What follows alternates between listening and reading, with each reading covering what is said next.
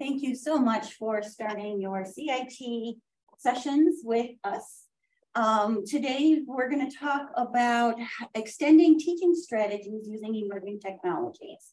And on the screen, you do see a short bit.ly URL that will get you to the slides. There are some resources that are linked to from the slides. And I will read that off so we can hopefully write it down a little bit better. It's bit.ly, bit.ly/mtech-CIT23. So EMTECH-CIT23. And I will also start it. And we are going to record this session, not as a formal part of the CIT program, but we will have this up on the MTech website so that if you did want to share it with anybody afterwards, we would love you to do that. So our session, that was the formal title, but we will talk quite a bit about the State University of New York's Exploring Emerging Technologies for Lifelong Learning and Success initiative. And the URL for the website for MTech is suny.edu/MTech. And I have a bunch of cards with me that have that URL on there. I'm going to pass around the cards and some rubber bands. So I want you to take, a stack for you and your colleagues and students, etc. And I don't want to carry them around all day. So please pass them around. Take a nice big stack, divide it up among the room as you can. Thank you. Yeah. So go in there. Rachel, thank you for the nice introduction. My name is Robin Sullivan. If you have to find me in the UB directory, Roberta is my legal name. I only use that if I have to sign anything. Everybody knows me as Robin. Yep. And I am a teaching and learning strategist with the UB libraries. We have a new center called The Link. And so it's very new, but our goal is to assist faculty and students to use emerging technologies in teaching, learning, and research. My contact is on the screen. It's rrs@buffalo.edu. And I've also been, this is maybe my first CIT was in '98, so there won't be many more. That was my first one. Yes, and I've been to almost all of them. I understand, I don't know if this is public knowledge yet, but by the time you go home, it's going to be at Buffalo next year. Ooh, that is really cool. If you see my colleague Maggie, she's going to be doing a lot of planning. So if you wanted to plan anything differently, like the temperature of the room, you can tell her. And I'm going to have my colleagues introduce themselves as well. Nicole, can you introduce yourself, please? Sure. Hi, everyone. Nicole Simon from Nassau Community College. I teach STEM courses in formerly the Engineering, Physics, Technology department, now the Math department at Nassau. I'm an EdTech specialist. I'm an instructional designer, and I've also been part of the MTech team for the past couple of years, both going through as a fellow and now on the other side of the house, working with Robin and Cherie and Chris to really build out and keep the MTech project going. I was lucky enough to have a sabbatical this semester to rework some of the taxonomy and tagging structures so that we take a look at FERPA, GDPR, making sure that everything is accessible and adding some new modules. Great, thank you, Nicole. And Cherie, can you give an introduction to yourself, please? Sure. I'm Cherie Van Putten. I'm an instructional designer down in Binghamton University. And I've been involved in this project for what feels like a gazillion years. At first, it started the first year we had IITG grants. And we put one in for Tools of Engagement project, which we had for a very long time. Some of you might have heard about that one. And we have since turned it into a MOOC. And right now it's the Emerging Technologies for Lifelong Learning and Success MOOC on Coursera. And I'm part-time at the university now. I'm also branching out, and I have a small social media business that I'm starting. So lot of things going on and a lot of use of technology on that front as well. Must be all the skills you learned through token. Oh, yeah. Yeah. Thank you, Cherie. And a colleague who is not able to join us today is Chris Marchese. She's an associate professor of business administration at NASA, works closely with Nicole. And she's also been a part of the project for quite a while. She did a sabbatical a couple of years back. And we love to have people kind of join the team and get involved. Unfortunately, Chris was not able to join us today. I would love it if we can go around the room and just do quick introductions of who you are, maybe what your role is at your campus. If you're familiar with the MTech project, I'd like to know that as well. We'll try to tailor this, if you have a discipline that you focus on, let us know that, and we'll try to focus towards sharing some of the resources to what your needs are. So, Carlos, yes. Carlos Jones, I'm Associate Dean of Arts and Science at Buffalo State, and I am familiar as I've known you for a number of years. Great. Thank you, Carlos. Lisa Frazier, I'm an instructional designer at Farmingdale. I also teach science methods online and Microsoft networking. Christine Miller, I'm from Mohawk Valley Community College, and I teach in the School of Art. I teach photography and video, and also I'm involved in governance and all kinds of extracurricular at my institution. Excellent. Thank you. Let's go down to the next row there. I'm Kim Bruget. I'm from SUNY Morrisville, and I teach in the math area. Okay. I'm Jennifer Smalls. I'm an instructor of nursing at SUNY Rockport. I'm the director of our fully 100% online RN-BSN program with over 380 online students. Keep going on this side of the room. Assistant professor of marketing and fashion at NASA Community College.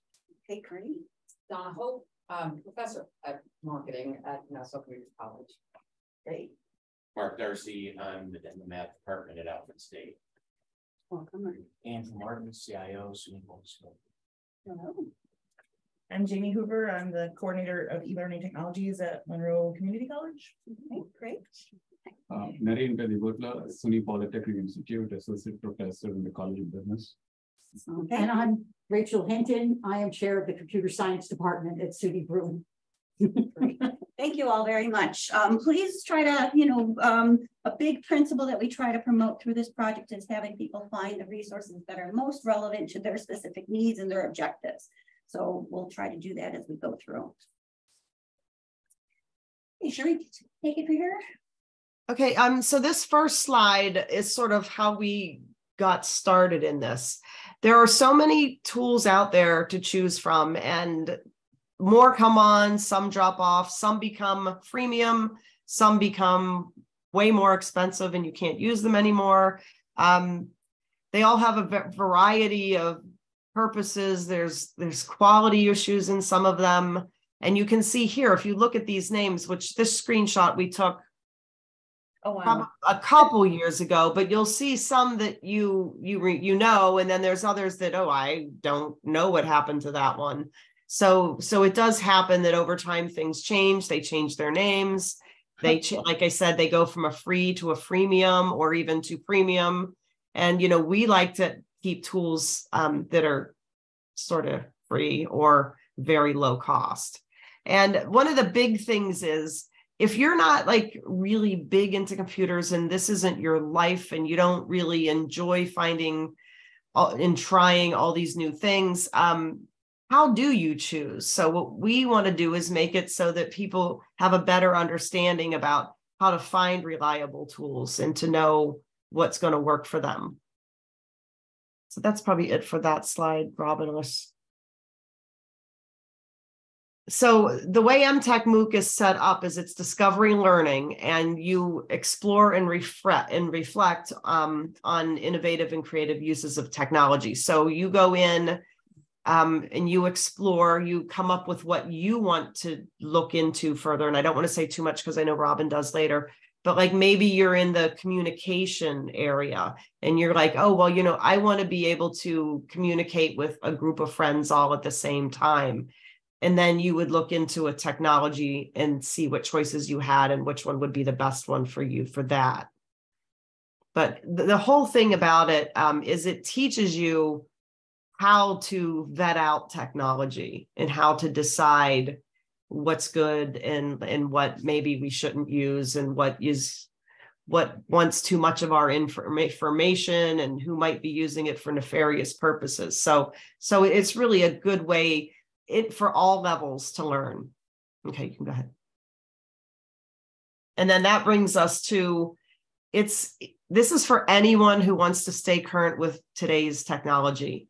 And it changes rapidly. You could have a favorite that you've been using for ages, and then all of a sudden they're like, okay, well, it's $50 a month now. And then you're like, well, I'm not using that anymore. And then you have to find a plan B. So it's to help with that.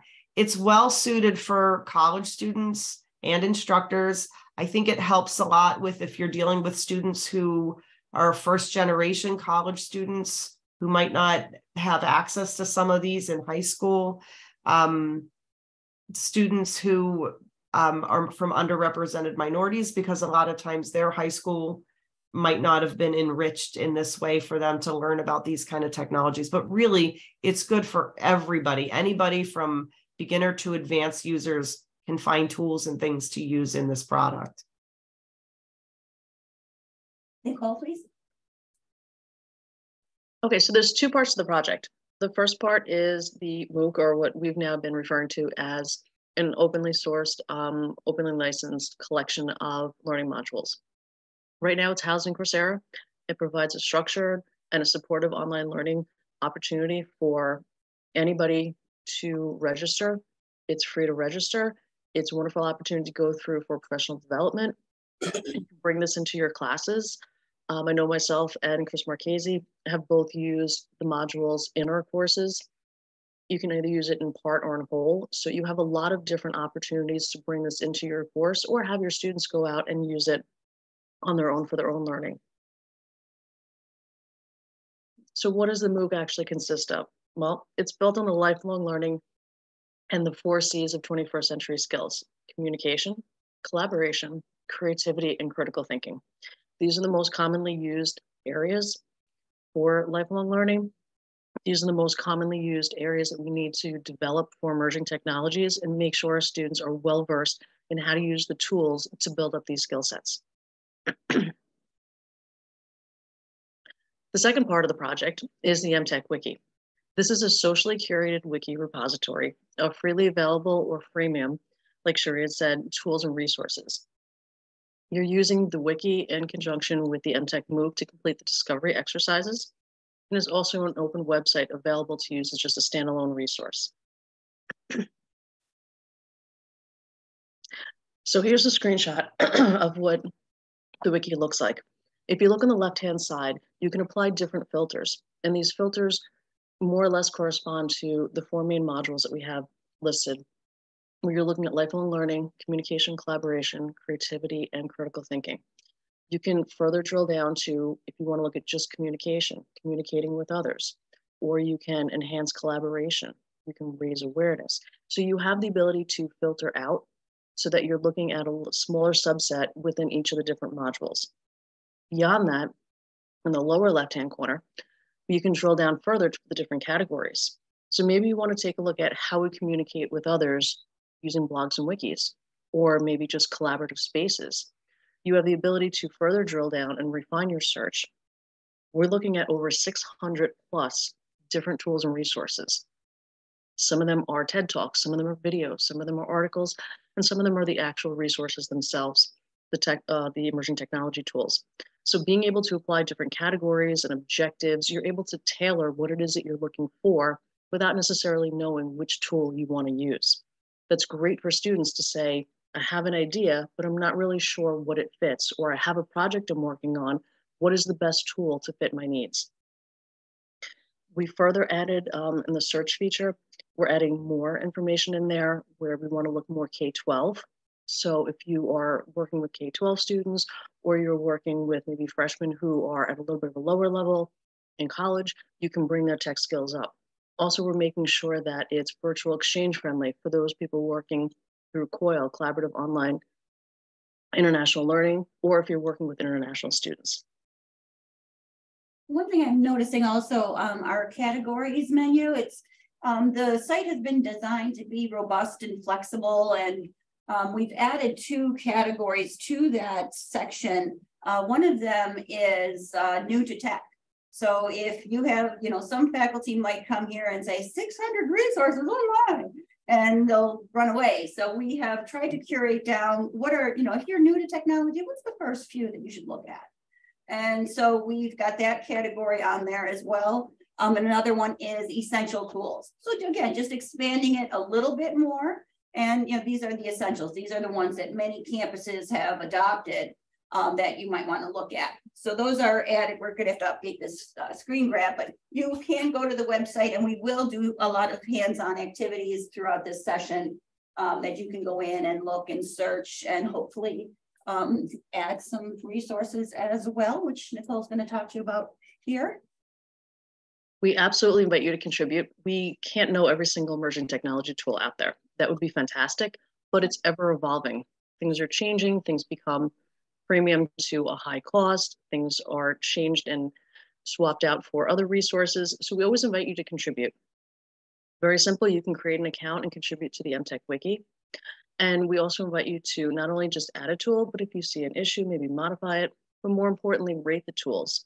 You saw on the screen before, and you can also see on this screen, you can sort by the highest rated or by popularity. There are ones that we typically go to, our go-to emerging technology tools, but we don't always know what's the highest rated. And we ask that you, when you go through, maybe rate the tool if it's something that you really, really love, or something that you're like, you know what, it's being phased out, there are better options. This helps with our search functionality, so that when people go through and say, I'm looking for a certain tech tool, wait, nobody uses it, what's going on? Is it something that no one knows about, or is it something that's being phased out? Or here is a go-to that everybody uses. This is something that we should really highlight, and maybe there's a reason why we're using this tech tool more than often than not.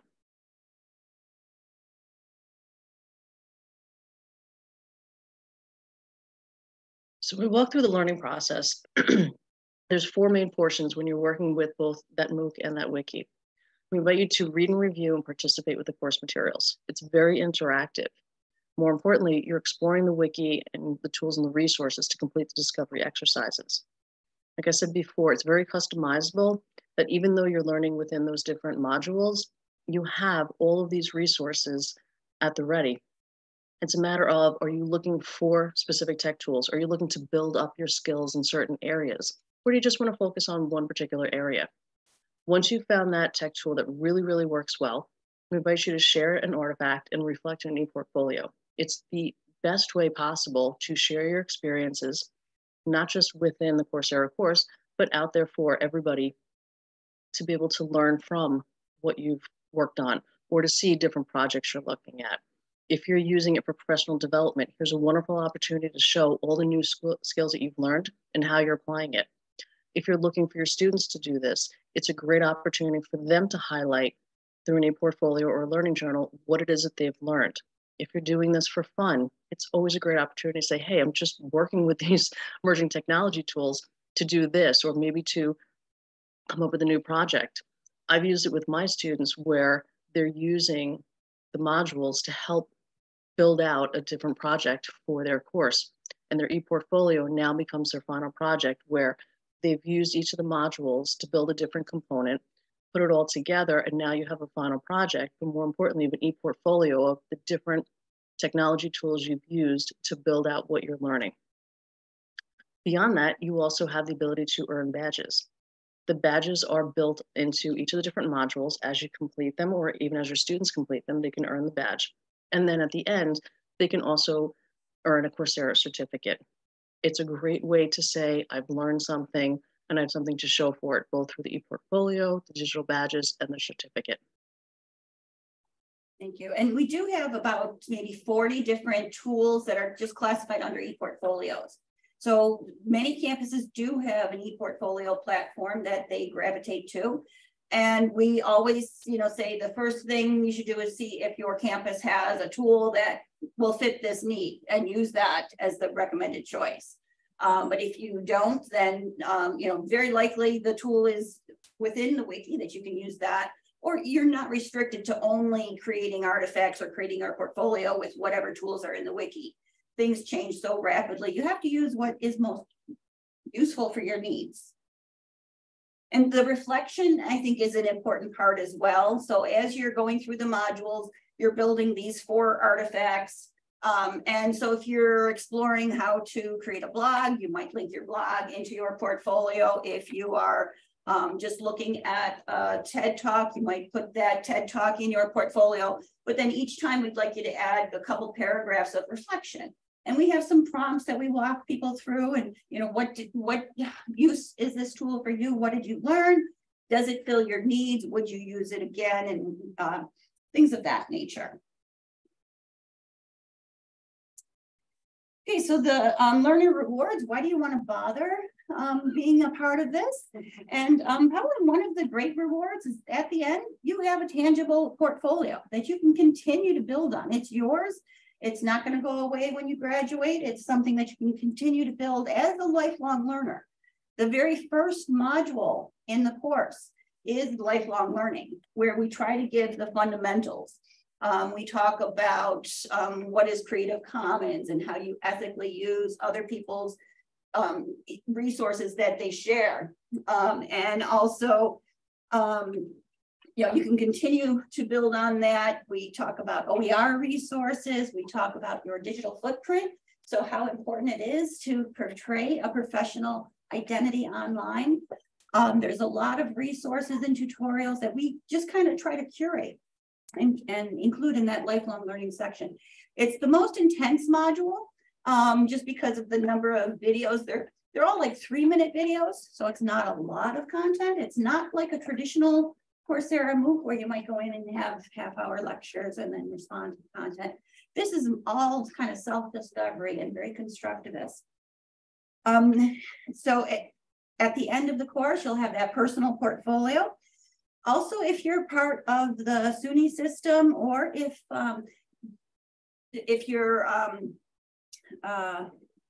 you pay the course fee, if you're not part of SUNY, you can then earn the Coursera certificate and SUNY digital badges. And that actually has been modified since we started. Just keeping this project, we kind of think it has a 10-year cycle because the first 5 years we only had tools of engagement. That was mainly just for faculty. And then we took everything we learned, created MTech, but made it much broader. So for anybody across the world who's interested to be able to participate. And there's a $49 course fee if you're not part of the SUNY system. Also, I think there's a slide further, but I'll talk about it now. The New York State University, or the state of New York, has also made an arrangement with Coursera. So if you are a New York resident, whether or not you belong to SUNY, you can get a Coursera account and take part in pretty much any Coursera certificate program or specialization at no cost. And so under the FAQs, we point people there. There's a few other states that have made a similar arrangement. I think Tennessee and Minnesota maybe come to mind. So there's ways, there's also places through Coursera that you can get in if you're not part of SUNY. If anybody is a SUNY alumni, we also encourage them. So share this with your alumni audience. And we've had some really great webinars where people who are alumni of SUNY have come and learned about the project, shared it, and expanded it further. The best reward you can hope for is just the intrinsic rewards of being a lifelong learner and just getting that knowledge into you and that growth mindset about, anybody can learn anything if you apply yourself. So the project has been in play for a number of years. We are continually making improvements, and we unfortunately just received notice that we are not one of the new IITG recipients. I think the main reason was that they have supported us for a while with this. So we are continually trying to find external grants. We have been partnering with Arizona State University, who is, they've been rated the most innovative university system for the past 8 years. The SAMR resource in MTech, if you're not familiar, SAMR is kind of similar to Bloom's taxonomy, but it is more technology focus, where it just brings you up different levels to kind of, if you just use it as a substitution, that's kind of the low level technology use. I have a word processor, I use it like a typewriter. When you get up to the top levels, then you're using it to incorporate multimedia, to have students collaborate, to work together, to share to a broader audience. And Ruben Pentadura, the developer of SAMR, is involved in our work, and he was part of the IITG. And we are having continued conversations. So it's very possible that this will be a SUNY ASU project in the very near future, or possibly it may even move over to the ASU system. But some of the improvements that we would like to make and are in the process of making, Nicole mentioned them briefly. We want to improve our keyword and tagging system to be able to make that search even more robust than what it is now. We want to add special interest groups. So the COIL system is very much behind this project. Now that it is part of the Oneonta campus, we want to collaborate further. So there's a section, another category that we added for COIL.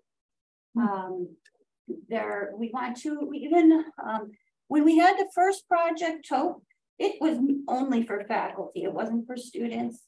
We were hoping the faculty would trickle down their knowledge, which they did, but we wanted to directly help the students as well. Everybody needs these skills. So there's a lot of resources that might be just instructor focused. You know, how do you use a discussion forum in the best way? A student may not have an interest in that, but we want to add those resources back into the collection. Right now we have, you know, a number of resources, and you know, how might you use screencast in the best way possible? But we want to make some that are, you know, even more specific to the needs of instructors and be able to limit that. We had some student interns over last academic year who have started that process for us, but we still need some more help, and some more, you know, help means funding. So we're working on that. Nicole mentioned we want to get K-12 instructors. You know, right now it's the project, we say college students on up. So we really don't expect young kids to go in here, but we want their teachers to be in here. And probably the most important changes we're looking at is we want to use this as a clearinghouse to focus on the accessibility of all these tools and resources, the security of all the tools and resources, and whether or not they are globally available. So we had through COIL, we had a student intern from Venezuela and a faculty cohort as well, who helped us get started we developed a rubric on the accessibility requirements of a tool, and looking at whether or not they have a VPAT. A VPAT is just a voluntary accessibility template. I forget what the P stands for. So that gives all of the information about you know, if a tool is accessible or what it's missing. And so I'm actually going to be connecting hopefully with Mark Greenfield, who is now the officer of accessibility at SUNY. He was at UB, and he's working on that. So we want to kind of collaborate and make this a go-to resource with that. So NTech is free for everybody. People in SUNY can get the certificates and badges for free. Anybody can earn the contribute badge. You don't have to be a part of SUNY to do that. And then the New York State Department of Labor provides free access, and many other offerings. Okay.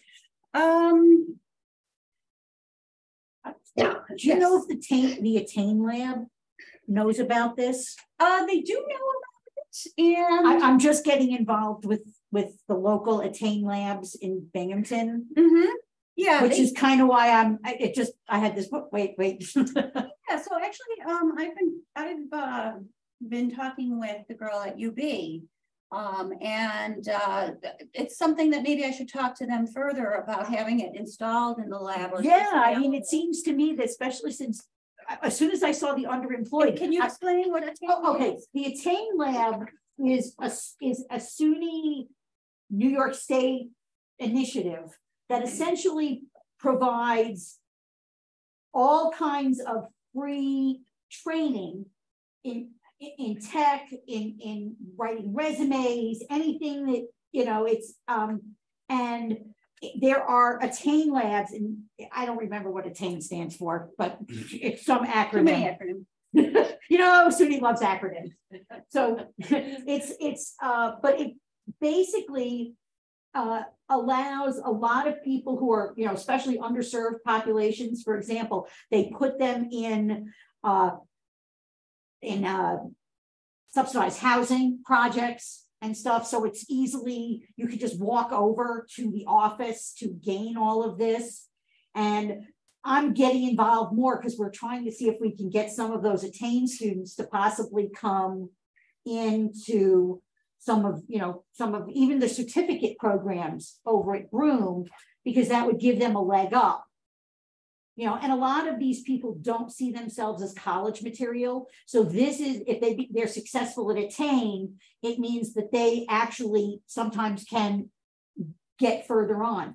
But a lot of the stuff that they do is teaching them to type, teaching them how to balance a checkbook. I mean, it's really a phenomenal program. And because of the way they're placed, it seems like this would be.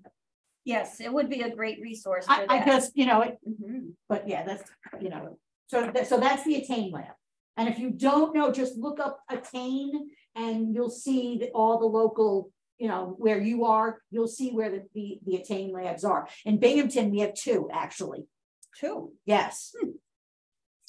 Hey, Nicole, can you put that on our to-do list? Definitely, you can do that. Thank you. Yes, Ian.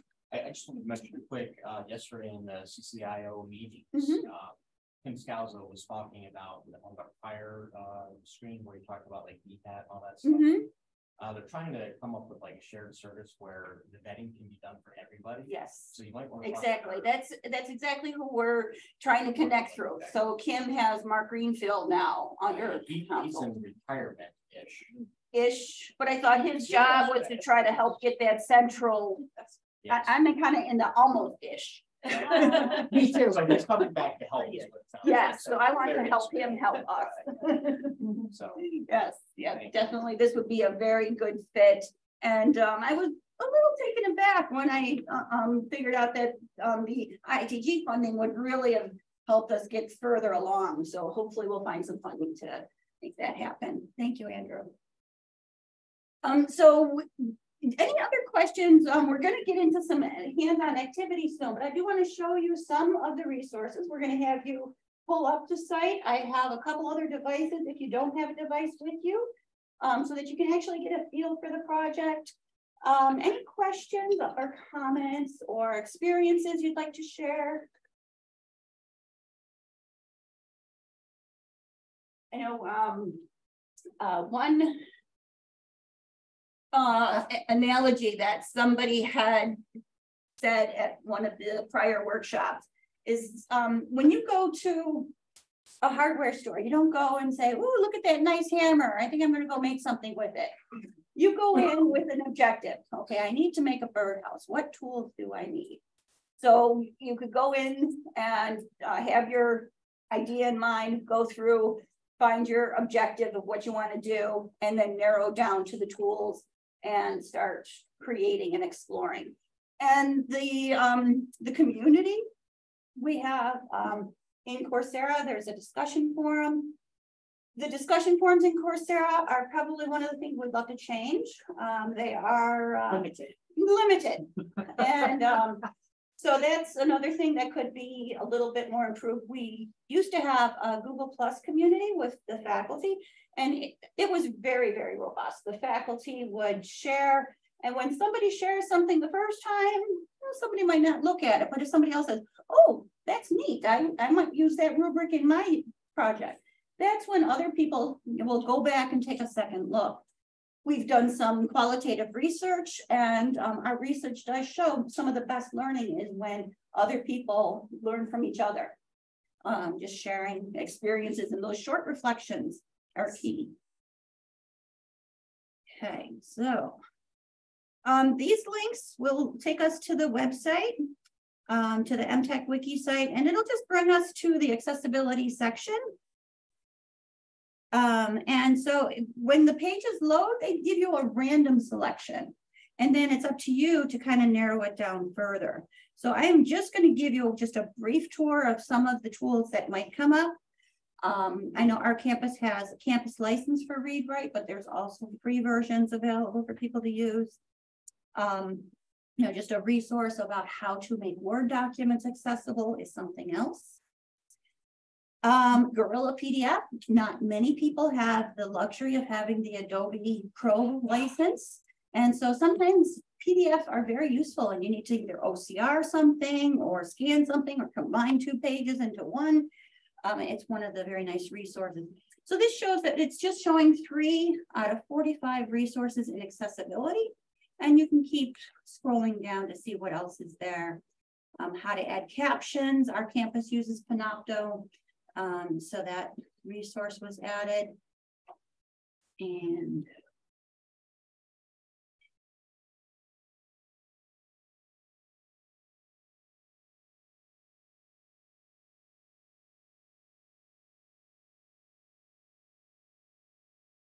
this is when my fancy screen sharing might come back at me. You have to actually. Yeah, it's up there. There you go. I did the whole thing, right? Yep, I did. You just want the tab. And then Nicole or Cherie, give me a comment or two while I get the site back up.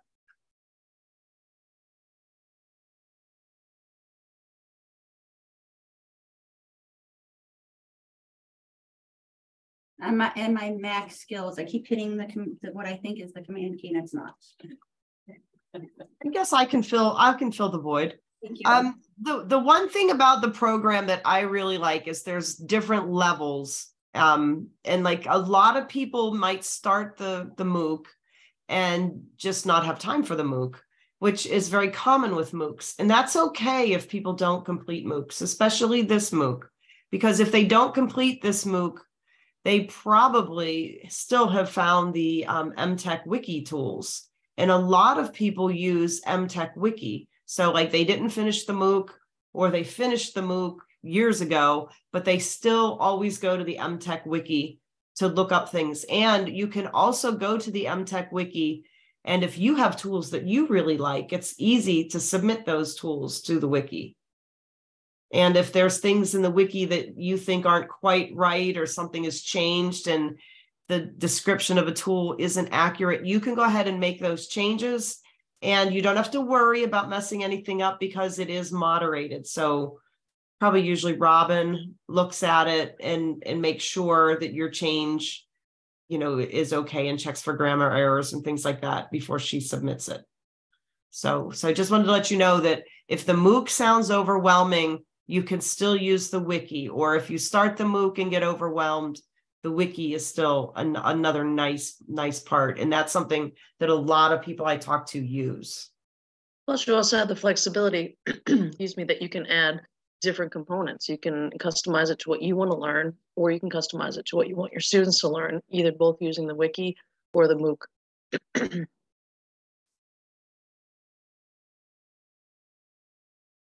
And the next category that I just wanted to show you briefly is photos and images. So that's really important for a lot of what we do. We now talk visually much more than we had in the past. There's visuals everywhere. And people might think if you just go to the internet, any image that you see, I can right click and there's a save this image. So, why can't I use it? Well, we talk about Creative Commons and what it means to ethically use information.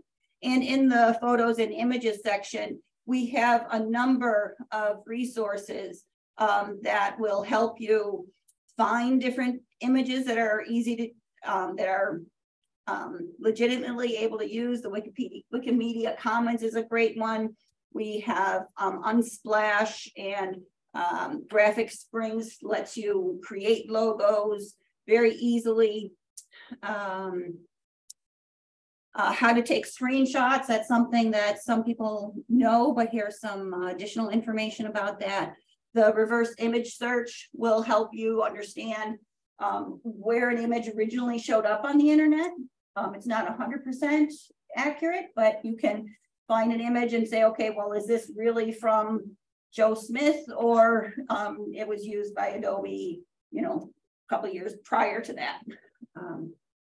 And Scannable is probably my go-to PDF scanning app on the phone. We're just gonna show you a few others. Video is probably the most commonly used category. There is a lot of resources there. Actually, I think I linked out to simulations on that link. And I think the site is going just a little bit slow this morning, so just give us some patience. I don't think it's a site. I think it's their internet. Yeah. It's text. Okay. So yeah, it's running a little bit slow. So when you look on your own devices, if you have another, okay, yeah. So I might just move. Simulations is probably the section that there's a lot of typos on that screen. I apologize for that. So simulations is the category that we are really digging into most lately. Artificial intelligence, if you haven't heard of it, you've been sleeping. But there's a lot of resources, some page that we are adding. We had an intern from the Library Studies department at the University of Buffalo. She helped us during the winter break to find resources about virtual reality and augmented reality, and added those to the site. She will be soon adding more resources about artificial intelligence, and so we're doing good there. So this one. Okay, Ed Puzzle, Nicole. I think I might have you talk about this, but I didn't log us in ahead of time. I think this was your project, or was this Chris's? No, that's mine. Edpuzzle is a great resource. I've used it with my classes, where you can create a free account and you can do one of several different things. You can create a tutorial, or if you want to do a quiz, if you want to do formative or summative assessment based on a certain topic or your course. There are pre-made resources out there that are videos that are great that you can have students use, or if you want to customize some of the videos that are already created, or it's actually very easy to go in and create your own video. What I've done with my physics students is I will create a work problem and then video it, upload it to Edpuzzle, and then break it up into smaller chunks and build quizzes within that and just embed those quizzes. Very easy to use. Once you get the hang of it, you can, again, use pre-made videos. You can share the resources, and share the workload, and you and colleagues can make videos, or you can use ones that are already pre-made, and they do have ones on many different disciplines. What's great about it is once you have that assignment created, just like your LMS system, you can set parameters for when it releases, and then just add the link to either your LMS system, or if you're in class, or if you're actually still doing a remote, you can put it right in the chat in Zoom, and the students will just log on, take the quiz, or you can just bring it up in class and have them walk through and stop and then ask the questions, work on it together. So it's a really nice way of just breaking things up for lecture, adding a tutorial in there, or if you actually want to use it for a graded quiz. I've done it for the past couple of years. It works great for students. You can add images, video, text, very, very user-friendly. Thank you. And you also use Padlet quite a bit, as does Chris. Padlet, huge lover of Padlet. Padlet is a very easy storyboarding site. I use it for my projects for students, where instead of having like a discussion forum where students can collaborate together for their projects, I create a Padlet. I use this as well for my COIL class, where students have that link. We can drop notes to them. we can do grading, they can add video, they can add audio, they can add text. And what's really nice is you have that artifact going through. And you can see that Robin is showing you a screenshot where we have all of our comments on there. Students have uploaded their COIL project, and you can just link it out. Again, it is a freemium. You have, I think, up to 4 or 8 Padlets that you can do for free. I actually have an account because I use it for extensively for all my courses, but students now have that common shared space where they can do icebreakers. Students can leave videos for each other, notes. So you have that collaborative space, very easy to use, very similar to Google Jamboard, but I think it has a lot more features.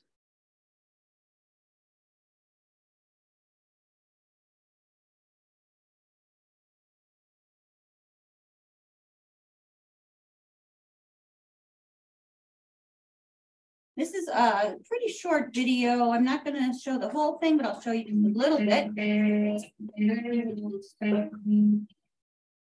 So Nicole, Chris has created this resource.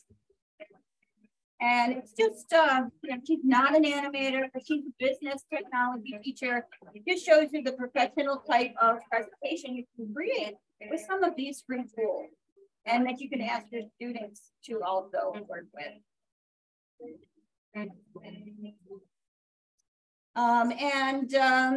Another category is simulations, and this is linked to my personal portfolio, and I have a section here for MTech. And so one of the artifacts that I created a 360 image just using my smartphone, and you can go in and you can you know, take images, and this is our waterfront down at Buffalo, very beautiful.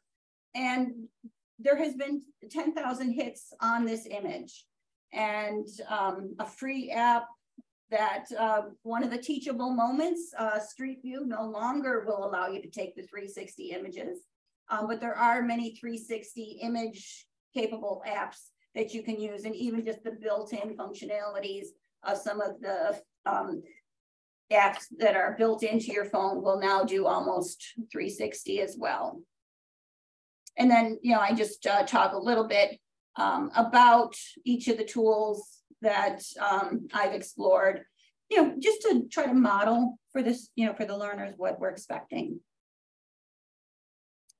And then in critical thinking, gamification is a very exciting category. There is a Zotero resource library that Zotero is one of the free resources that many libraries throughout SUNY will support, and the librarians will give you the instruction on it. Some of them also use EndNote. We have EndNote as a resource in here. I thought it was just for storing citations. Well, citations, articles. This resource has also been being developed for the past 10 years. Huh. And so even just besides the gamification category, if you go higher in this Zotero library, which I know now it's not totally MTech's server, because this is the Zotero server going very slow. It's categories of teaching and learning articles, scholarly articles that are available. So you'll have to check that out when you have a better connection. So here's where we get to the hands-on part. Like I said, I have many cards that I hope you all will take a nice big selection. And I'm going to pass them around again because there's way too many for me to carry back. I'll definitely take more. Please split them up and bring them for your faculty, bring them for your student. Good. I have a good. I'll take some more. All right. I'll pawn them off on someone before I go. So I would like everybody to pull up the MTech site and come on in, welcome. The site is suny.edu/MTech. And just you know, just browse around a little bit on the strategy, the search strategy page. We give you a stack of these to share back with your campus. This is the website that we're going. Am I in the right spot? Yes, yes, Okay. you are. Okay, Mhm. just want to make sure. And we do have a slight tech glitch on the website. So we're actually putting, look at the URL that SUNY MTech expands out to. It's actually bringing you to our sandbox website, not our live production site. So that's just one thing. Programming students are wonderful. They've developed this whole thing. I had one student who worked starting as a freshman and went all the way through his graduate work. And we've just had a few other students who worked for us recently. They go to graduate. And so now we do need to get another programming student to work with us. And we need some funding to do that in order to correct this little error. So if anybody finds a broken link, you might find one that says fatal error. Just highlight that and tell me so we can get it fixed. I think we tried to get them all. But when you get to the MTech site, you're just given a little introduction. You can go directly into the Coursera MOOC. If you sign up with your SUNY email, you will get the free certificate when you're done. The whole course could take about 4 hours to complete. It's not that intense, but if you go in and you really like to build and explore, and you can spend many hours. But you can just go through the course, and in each of the modules, there's a small multiple choice quiz that has kind of like a case study effect. If you're in a situation where you're trying to navigate from point A to point B, which of these tools are most useful for that purpose? And if you just go through and complete the activities. So we're going to give you maybe about 3 minutes just to explore and ask questions. And you can go to either this Discover MTech Wiki or this hamburger menu up in the top right will let you go to the Discover section. And right now, we're mainly just concerned, browse around, figure out, if you are wanting your learners or faculty or whoever you're working with to be creative, you can limit the 600 resources by just hitting creativity. And then that shows me that 400 of the resources fall under creativity. I can then say, well, I want to tell a story. And it will narrow that down even smaller.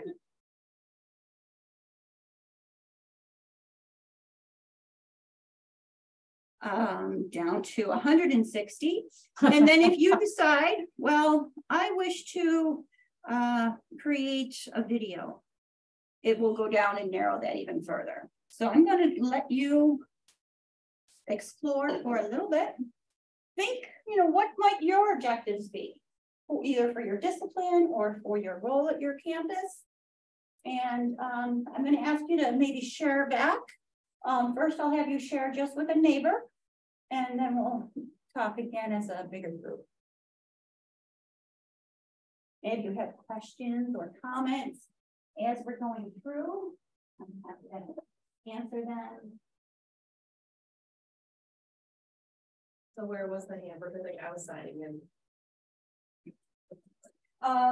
Okay, my screen was small, so you don't see the hamburger. You see all the menus. Hit the Discover menu.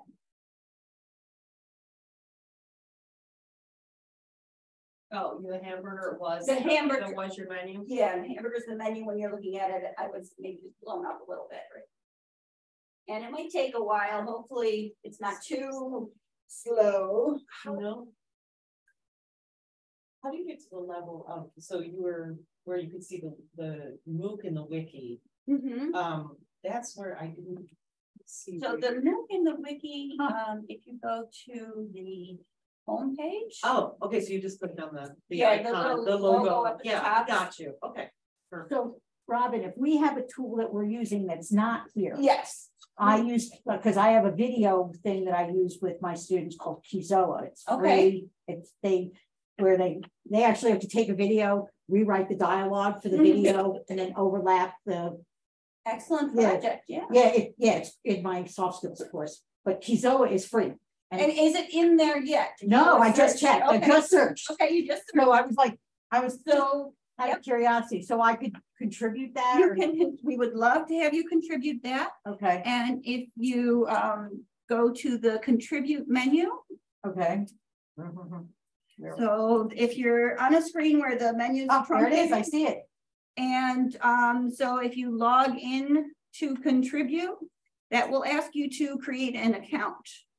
And so you create a username and a password. All right, should we use we should use our school, right? For this WordPress side of it, it's not required to use your Yeah. school. And also notice that we recommend that never use your campus password. Never, did I repeat that? Never use your campus password. You could use your email address, but always use a unique password for everything. Okay, I'm getting a fatal error. So you must have found one of the links that I did not fix. I went to register. Okay, and I sent one yesterday. So change, take out the word web Okay. and then put in -sandbox. Okay. Or wait till after the session. I'll wait and till I'll after get the it session. fixed. All the frequently asked questions are, there. Those questions, I saw. Okay. Go back to that page. So if you just scroll down, you will also see them. Those are the questions that are linked to. So it's linking to the bookmark within the page. Great, thanks. Apologize for those errors. Okay, let's see. Okay, got it. And actually, a session that is happening right now, Ed Beck from Oneonta is talking about SUNY Create, and SUNY Create is one of the resources on here. SUNY Create is the opportunity to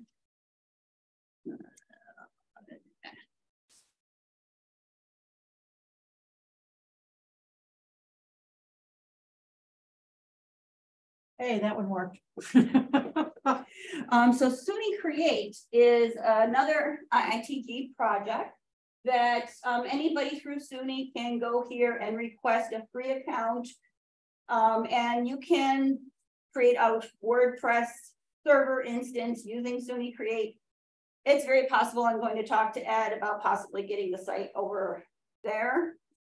Just maybe one way to get around this sandbox error that we're experiencing right now. I wonder if that can that be embedded in Brightspace? Or do I have to iframe it? Cherie might be the best one to kind of address that. So if you have a WordPress page, is there any benefit to embedding it within Brightspace? I know Brightspace has some great HTML. It has no wiki though. No wiki. No okay, wiki. then yes, you should be able to embed. Yeah, I'm just curious. I probably have to do it as an iframe, but Cherie, iframe? Yeah, I'm thinking that would be the way you'd have to do it. Okay.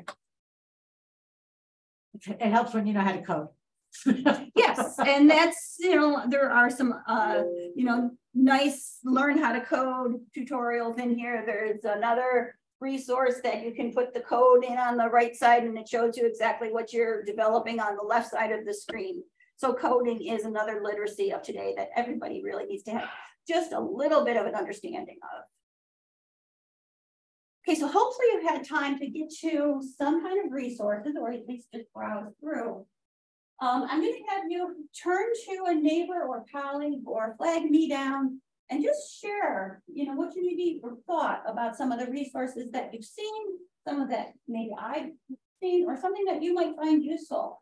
We'll do that for about 2 more minutes and then we'll kind of share as a larger group. So turn around and find somebody that can communicate. It's So I'm actually hearing about reviewing packaging students. And so I think sure, at least one of them that we have not included in that. We're trying to create an account to add it. Actually, I figured. I got the right address, I just had, I just adjusted the wrong address, it doesn't like my strong. Okay. But, yeah, I think we're doing everything to quite a little.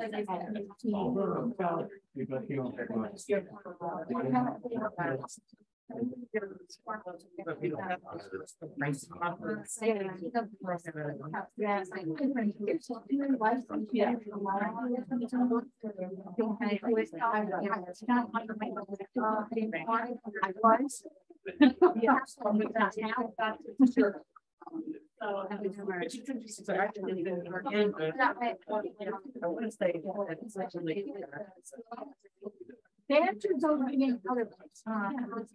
Banter's more of a, more of a category.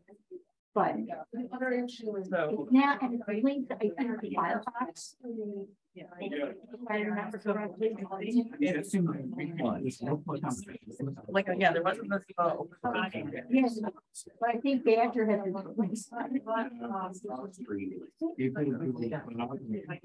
Again, like going back to my recesses of my memory when I was on the microphone.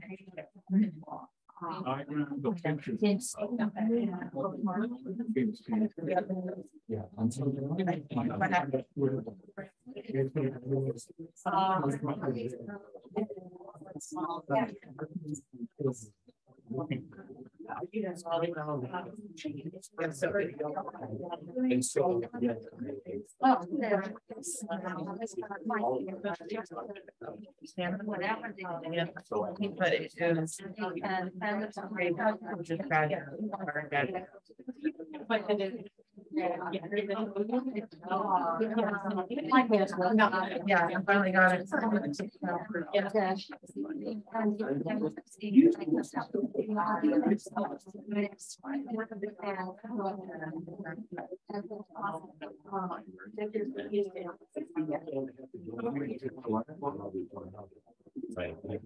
I would take my favorite gym. One of the things I used to do and read that well was I have in the state of course. The state I had the student use some collaborative. And it just because the same with yes, and it's a soft skill course, so they're going to be using it in the real world. Last year, using with these because they get done. So they're coming ready.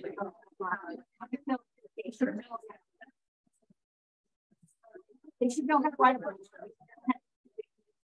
You know, what the difference. So I kind of clutched it together in the discussion, but it's just not the same.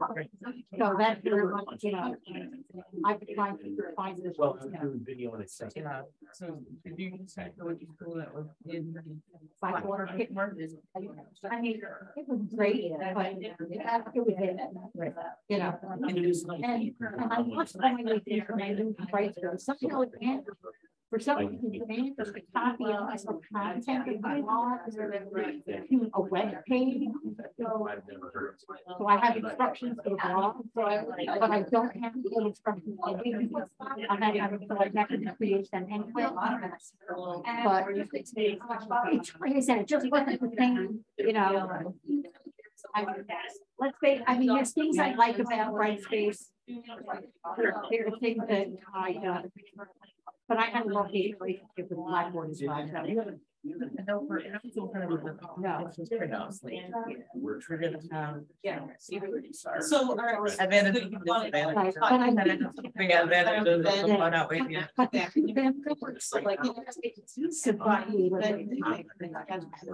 Right, and it's weird, good, because it gives you more flexibility to find specific.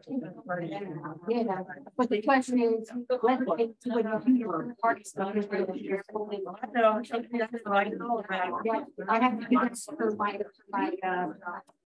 that another course, so I can get my students.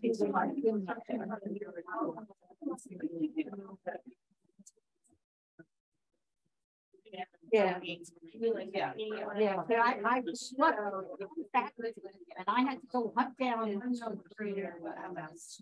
was like 3 files you had to provide, so I had to contact. They didn't, oh, no, that's our faculty said, oh, we want to use X, Y, Z, and I was the one that hunted down that site. That if we had something, we had to do this file. So I, trust me, I'm telling you, this is the faculty member. I had to hunt out something. Yeah. Like, no, we did when that process ran, you know, it was played out. We went to an inventory of all the third party that we were using as blacklist. Like, Also, all of those vendors. Oh, we identified whether or not we were actually still using them or do you have them? Right. I reached out to all of those vendors and contacted all of those vendors to get that information for faculty. And then any new information from the faculty comes to us. A couple of you share that some of the ideas, either what you talked about or the person that you shared talked about. So who would like to give us something that they've discovered or how they might use this? Or hopefully you all were able to patiently wait out the server issues. We were just talking about, 3 of us, about how most of these are free resources or have a free, so I think that's important and that's valuable. It's tough to want to try new things if everything has a cost, and then, you know, by the time you try to integrate it into class, maybe it will work or not work. And so free resources make it more interesting for me to try new things. And about, I said 98% of the resources on the site are free, that have some kind of free level. And it should be a useful free level. So if you go to something that has, 7 days and you're not able to use it, we won't put it on the site. Yeah. But if it has a continual option to use free at a level that doesn't frustrate, but gives you something, then it will be on there. And that's, Nicole and Sheree, I don't think we make enough information about that relevant through the site. All of these resources are for, they're not meant to replace your Microsoft suite. We have tutorials of plenty about how to use Microsoft. And we point to how does somebody that does not have Microsoft in their campus, how can they access these tools online for free, legitimately, and just using the apps that they have now. You can still access Microsoft Office. We point to the Google suite of tools. So there's all kinds of, free levels. And then if there's something really good, we'll maybe say, okay, this is, I think I use Blackboard Collaborate as an example. It's something that many people at SUNY use. It was not free, but it was something we wanted people to know about. And so we would put it up there. Thank you.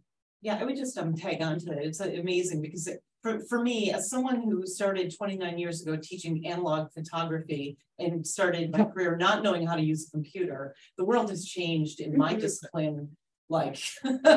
And there's so many wonderful tools and I do use some of them, but it's really hard to parse so much content and information and knowing, what to use. So that's this why is we're wonderful. Here. That's why we're here. Yeah. Anybody else want to share something? Yeah. So what was interesting me was the e-portfolios, because all of my students are nurses, and so we have to be lifelong learners. We have to, for our accreditations and things like that. And a lot of my students have micro accreditations in their fields and stuff. And my particular course is an evidence-based research capstone course that they take right before graduation. And part of my course is the professional development. And I used to have them develop a nursing philosophy. Well, this last couple semesters I changed it to the professional philosophy, or for professional identity is actually what it is. But when I taught this as a hybrid course, they would create a binder and bring it in. But now that we're online, I said, no, it has to be online. So I hacked down on my own research and found a bunch of different, but like you said, some of them become obsolete, almost 2 weeks after you bind it. Others were free when I started the semester, but then as soon as they're getting ready, they're like, it's charging me like $14.99. I'm like, no, don't pay for it. Or in order for them to share it so that I could even view it to grade, they had to make it public and they weren't comfortable with that. And I know LinkedIn is a very popular one, but I wanted them to develop something new. A lot of them already have LinkedIn accounts. And I that's didn't the want best that. for reflection Yeah, and sharing exactly. artifacts. It's And a I good didn't tool. want them recycling what they are. Interestingly, I have, interestingly enough, a former student of mine is now, was former chair of the nursing department. And she just went through something similar, trying to get, and she's using, I guess, Folio or something to get. What I've discovered, But we just had this conversation like last week. or they would develop it and everything would be going great, and then I go to grade it and it said you need special permissions, and it made grading horror show. So I think she ended up purchasing and her own. Yeah. What I use, and I've been using it now for 4 semesters, and my faculty love it, is in Microsoft 360, you can use the OneNote notebooks. Oh, yeah. And it is so easy. Yeah. So they can upload their portfolio picture. Share it, yeah. Yeah, and then we as faculty can give them, because some of them want to use like selfies in the car. It's like that's not professional. So we have to help them understand what a professional headshot should look like. Then there's also an audio option. So I had them do a short, brief 10-second audio introduction, like my name is, this is my, so that they can introduce, and then they can create different pages. So they have their professional, where they can upload their nursing license, their resume. I'm gonna pass that on to her. It is so easy. We're running low on time, so I want to the only thing with it that we discovered is if somebody has a Mac computer and they create their own notebook, when they share it with faculty who are using Dell, we couldn't open it. So we create the and share it with them, and then share it with them, and that way we can access them. And then because it is tied to their school email, they have to share it to a personal email so that they can keep track of it, because otherwise they'll lose it. But Christine brought up a great point. They can probably upload that right into their LinkedIn accounts too. Yes. So. Okay, so we're running low on time. I'm happy to hang out as long as possible and talk with people or find me in the halls. I can talk about this at no end. So I just want to get through the last couple slides here. So MTech, it's an open educational resource. Campuses are encouraged to adopt or adapt the entire part, or connect with us, and we can connect the faculty to the back end, so they can also watch their students collect the badges and anything. We've done that for a number of faculty. It's great for professional development for faculty, and also the career centers or student success initiatives. This link will bring you to our impact page, which shows a lot of the, we've given close to 4,000 badges out. There's more than 32,000 people have registered in 5 years from across the world, from across 150 different countries. SUNY's got the biggest circle because that's who paid our salaries. That's who we market to. But India, Singapore, Mexico, we got some great cohorts there. Even in Singapore, somehow the word got through to their civil service. So we have police trainers, firemen trainers, EMT trainers, and they just were sharing it. When you get a cohort together, that's how it really takes hold. The faculty may just meet in the lunchroom. There's a nice breakdown between students and faculty and others and non-employed.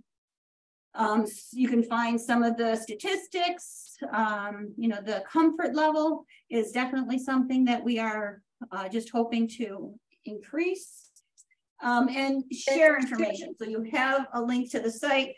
All these links are on the site, to flyers, the business cards, and finally, we are here to ask for your help. We would love to have you share info with MTech.